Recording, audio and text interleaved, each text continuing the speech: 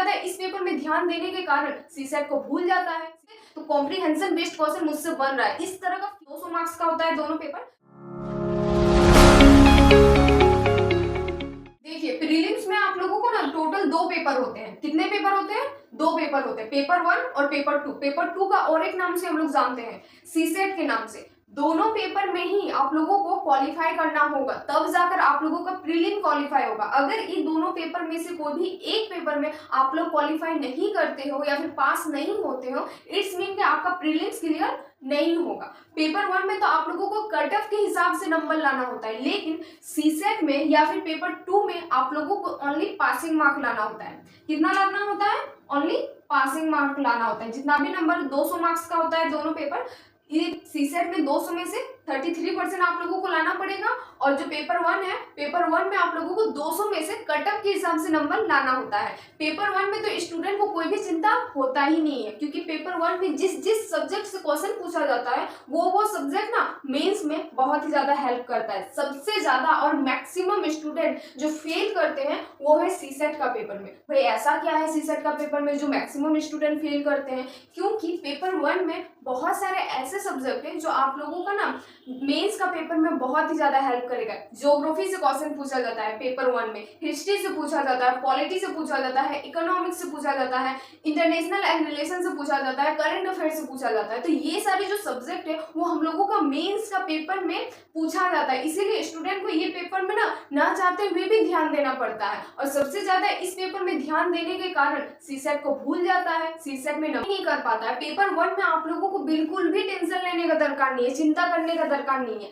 Paper 1 में जो subject है अगर आप लोग ढंग से पढ़े होंगे ना तो आप लोगों का ना पेपर 1 तो एकदम अच्छा नंबर आएगा। और पेपर 1 में जो सब्जेक्ट है ना वो आप लोगों को ढंग से पढ़ना पड़ेगा, क्योंकि मेंस में वही सारे सब्जेक्ट के एक एक पेपर होता है। ज्योग्राफी का पेपर होता है, हिस्ट्री का पेपर होता है। तो पेपर 1 में जो सब्जेक्ट हो वो तो आप लोगों को ढंग से पढ़ना ही पड़ेगा, चाहे ज्योग्राफी हो, हिस्ट्री हो, पॉलिटी हो, इकोनॉमिक्स हो, चाहे कुछ भी सब्जेक्ट हो, आप लोगों को ढंग से पढ़ना ही पड़ेगा। इसीलिए पेपर 1 में ना ज्यादा टेंशन चिंता लेने का दरकार नहीं होता है। ज्यादा अगर टेंशन लेना है तो फिर सीसेट कर लीजिए। सीसेट में ना स्टूडेंट बिल्कुल ध्यान ही नहीं देता है, क्वालिफाई तक नहीं कर पाता है। पेपर 1 में तो एकदम कट ऑफ के पार नंबर आ जाता है और अच्छा नंबर आता है, लेकिन सीसेट में सिर्फ क्वालिफाई तक नहीं कर पाता, पासिंग मार्क तक नहीं ला पाता है। हर स्टूडेंट का हर सब्जेक्ट स्ट्रांग हो ये कोई जरूरी नहीं है। सीसेट में बस उसी चीज को हम लोगों को देखना है, किसी का कॉम्प्रीहेंशन स्ट्रांग होगा तो किसी का मैथ वीक होगा, किसी का मैथ स्ट्रांग होगा तो किसी का कॉम्प्रीहेंशन वीक होगा। आप लोगों को वही रूल को फॉलो करना है अपना सीसेट में। आप लोगों को ये जानना है कि हम लोगों का स्ट्रॉन्गेस्ट पार्ट क्या है, कॉम्प्रीहेंशन है या फिर मैथ है या फिर रीजनिंग है, चाहे कुछ भी है, वो स्ट्रॉन्गेस्ट पार्ट के बदौलत आप लोग अपना सीसेट को कंप्लीट करेंगे, अपना सीसेट को क्वालिफाई करेंगे। सिर्फ स्ट्रॉन्गेस्ट पार्ट को आप लोगों को खोज के निकालना है, चाहे वो कॉम्प्रीहेंशन में मन लगे, मैथ में मन लगे या फिर रीजनिंग में मन लगे।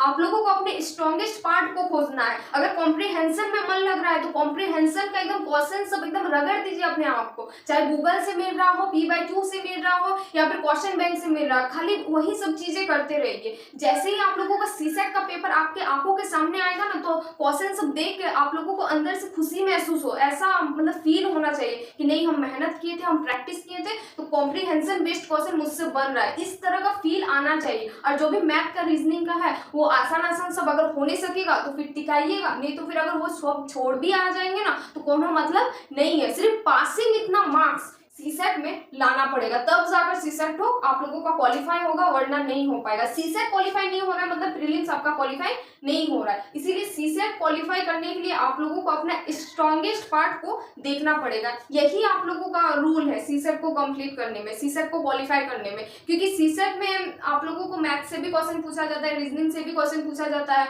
और जो साइंस से रिलेटेड है कुछ क्वेश्चन वो भी पूछा जाता है, कॉम्प्रीहेंशन बेस्ड भी क्वेश्चन पूछा जाता है। इसीलिए यहाँ पर स्टूडेंट ज्यादा मतलब नहीं क्वालिफाई कर पाता है, क्योंकि हर सब्जेक्ट हर स्टूडेंट का नहीं ना स्ट्रांग रह पाता है। किसी का कॉम्प्रीहेंशन स्ट्रांग होगा तो किसी का रीजनिंग स्ट्रांग होगा, किसी का मैथ अच्छा होगा तो किसी का साइंस में जो भी फिजिक्स केमिस्ट्री बायो से क्वेश्चन आएगा वो सब चीजें वो कर पाएगा। इसीलिए सीसेट में अगर क्वालिफाई करना है तो आप लोगों को कुछ एक्स्ट्रा एफर्ट लगाना पड़ेगा, अपना स्ट्रॉन्गेस्ट पार्ट को खोजना पड़ेगा। बाकी प्रीलिम्स से रिलेटेड अगर कुछ भी डाउट हुआ, कुछ भी अगर आप लोगों का क्वेश्चन हुआ तो प्लीज कमेंट कीजिएगा, और वीडियो अगर अच्छा लगे तो प्लीज लाइक एंड सब्सक्राइब जरूर कर लीजिएगा।